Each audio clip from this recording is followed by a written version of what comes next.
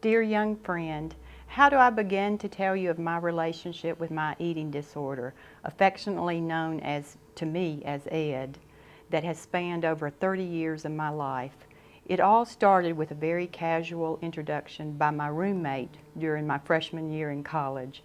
I had gone through a traumatic event and was searching for a coping mechanism. Ed seemed to be just perfect. I'd be lying if I didn't tell you it was love at first sight. I had had such disappointing, heartbreaking relationships, and Ed knew I was vulnerable and ripe for the picking. During this time, Ed offered such a simple solution to all my problems. When everything seemed to be spinning out of control, he was willing to help me take charge. This feeling of control was reinforced by the fact that I kept heads turning with my slim figure and external veneer of positive self-esteem and confidence. It felt good for a while, but it became increasingly hard to keep up this front. Honestly, it became downright exhausting. When I graduated from college, Ed came with me. I got married 7 years later, and Ed was still right by my side.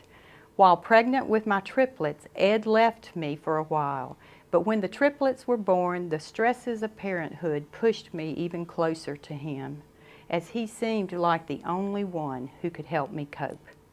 Unfortunately, his way of coping was actually tearing me down, making me less able to be the kind of mother I wanted to be. I felt ashamed of what I was doing to myself. I felt robbed of so many things, like the opportunity to develop deep friendships. Oh, I had lots of acquaintances, but very few close friends, mainly because Ed had convinced me that I had nothing to contribute. During these years, Ed continued to solidify his position as my closest companion. He was the only one who seemed safe. When I was in my mid-30s, I entered inpatient treatment for the first time.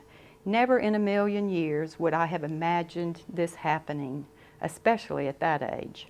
But there I was, forced to deal with the reality of what my relationship with Ed had stolen from me. After something as significant as inpatient treatment, you might think I would have come to my senses. But after a short while, I resumed my romance with Ed and ended up spending my 40th birthday in yet another treatment center. I remember thinking at the time that this was an important milestone. I had wasted much of my life by that point, but at 40, at least I still had some good years left. Years to really embrace more of what I had been missing out on in my relationship with my husband, my children, and my friends. There was still time to make a difference in the world. That was 10 years ago. Now at the age of 50, with lots of professional treatment, intense therapy, and support, I'm slowly learning to live without Ed. His well-ingrained life solutions and old messages still ring loudly in my ears at times, but I'm finally making even stronger efforts to turn away from Ed by using some of the tools I learned years ago. I'm sure it comes as a shock to you that at my age I'm still dealing with the consequences of a much earlier romance.